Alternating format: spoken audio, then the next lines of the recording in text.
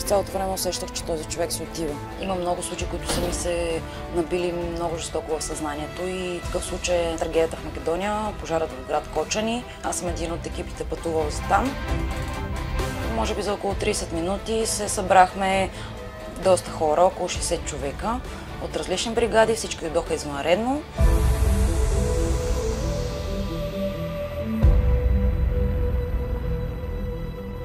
В града в Скопие беше една пълна тишина. Тишина, която сякаш можеше да се реже с нож. Там трагедията беше неописуема.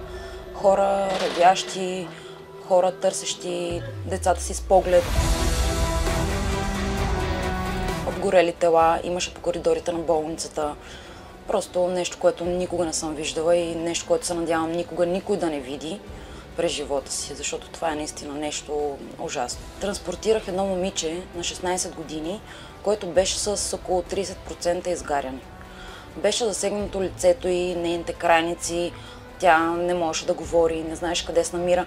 Говореше за трагедията, успя да разкаже, че всичко се е случило много бързо в тази дискотека, че от началото са мислили, че този огън, който се е появил, той е бил част от шоуто на групата.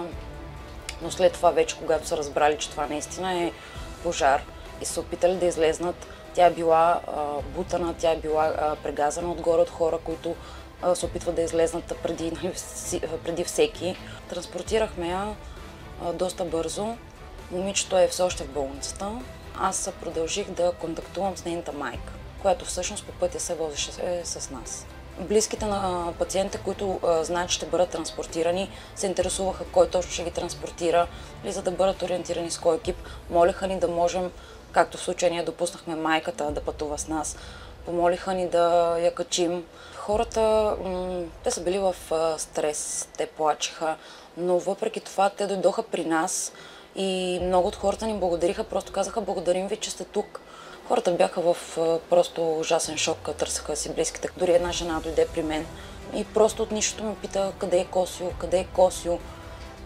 Тя просто не знаеше какво се случва. Да се заблагодарим и на България, и на целият български народ за съществуването, грижата за нас. Когато съм искала да стана лекар, съм си представила това, как ще спасявам човешки животи, как ще помагам на хората.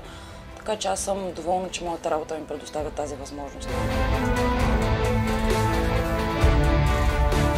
Днес сме на дневно дежурство и ще се опитаме да ви покажем нашата работа.